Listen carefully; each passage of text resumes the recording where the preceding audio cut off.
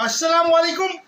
मेरा नाम अदनान रज़ा खान है और जनाब गुज़िश्ता रोज़ अंचोली के इलाके में पेश आया एक हादसा। एक रिबो डाला जो कि रॉन्ग वे आ रहा था, उसने मोटरसाइकिल सवारों को, जो दो नौजवान थे, उनको हिट किया है और वो दो नौजवान बड़े ज़ख्मी कंडीशन में आगा खान हॉस्पिटल में मौजूद है। उनमें से एक नौजवान जो है अब्दुल, जिसका नाम अब्दुल अहद बताया जा रहा है, वो बहुत शदीद ज़ख्मी है। और जब वहाँ पर उस गाड़ी का डाला जो था रिबो, उसकी जो है नंबर प्लेट गिर गई थी।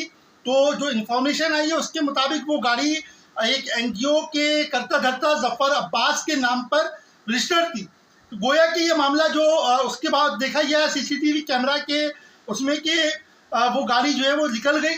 और वहाँ पे बताया ये जा रहा है कि जब लोगों ने उसकी हादसे की वीडियो बनाने की कोशिश की, तो जो ज़फ़र अब्बास की जो टीम थी उसने लोगों से मोबाइल छीनकर वो वीडियो डिलीट करवा दी। कल से लेकर, गुज़िश्ता रोज़ से लेकर और आज रात 12:15 बजे तक के ड्राइवर और गाड़ी लापता थे।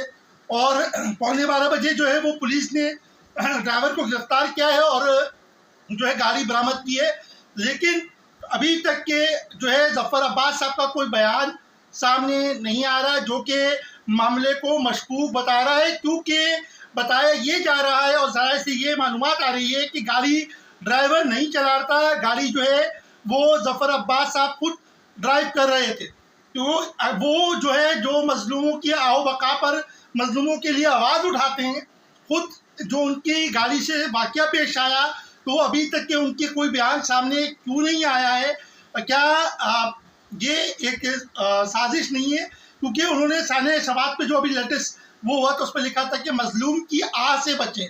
तो ज़फ़र अब्बास से गुजारिश ये है कि आप एक तरफ जो है वो जुल्म के ख़िलाफ़ आवाज़ उठाते हैं, दूसरी तरफ अपनी अगर कोताही हो तो सामने नहीं आते। इस पर सोचने का मुकाम है और ये हमारे लिए एक सवालिया निशान है।